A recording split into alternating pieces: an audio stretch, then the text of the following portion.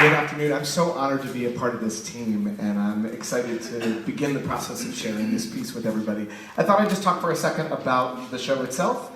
As you may know from the album, this is a collection of songs from multiple projects and multiple reasons for Jonathan to write this material, and we've pulled that kind of all together. And I think one of the things that we were fairly immediately struck by was that the themes that he was writing about in the 80s and early 90s are still eerily and incredibly resonant in our current 2025 life. And so what became really interesting for us to discover or to drill down on is the relationship between the time in which Jonathan was writing, what he was writing about, what he may have been thinking and feeling, and this time in which we find ourselves right now in 2025. And so hopefully what you'll see, I guess technically it's a song cycle. I like to think of it as a thematically constructed, full musical and theatrical experience, but I don't think that fits on the poster somehow. So, song cycle is fine, but I hope that you find more out of it when you come and join us at the Orpheum. Find more depth in it than you might find from a collection of songs that are more horizontal in nature. We like to think that what has emerged has themes and powerful connections to the life in which we live, even though it's this many years later. We haven't changed, just important to say, we haven't changed any of Jonathan's words.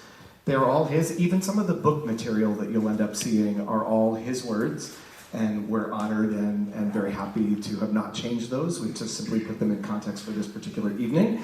Our environment, scenically, just a couple of words about. We're a very New York, very downtown environment. We've got ladders, and we've got streets, and we've got platforming. The band is up center. They are part of the story.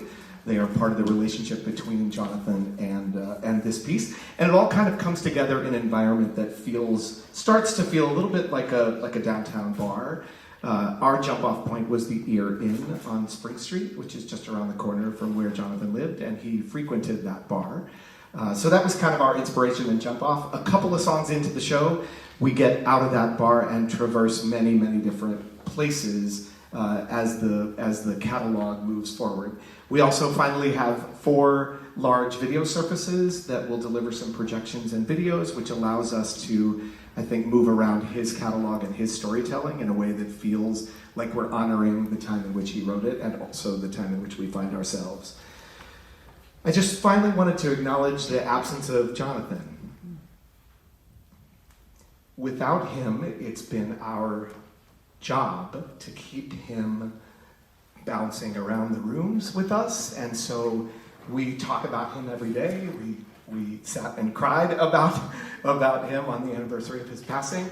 And over on this wall over here, if you have a chance to look at it, we pulled some quotes that just started our rehearsal process.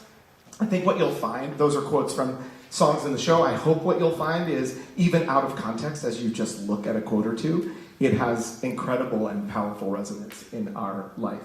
So we'd invite you to take a look at those at some point. The only thing that we ask is maybe you don't shoot the whole wall so that we can leave some things to the imagination and for people to discover. I get the privilege of acknowledging our team in the room. We have a bunch of people, producers and general management and crew and designers. They're all here. I can't mention them by name right now or I'd keep you too long, but they are here and they are part of our beautiful family.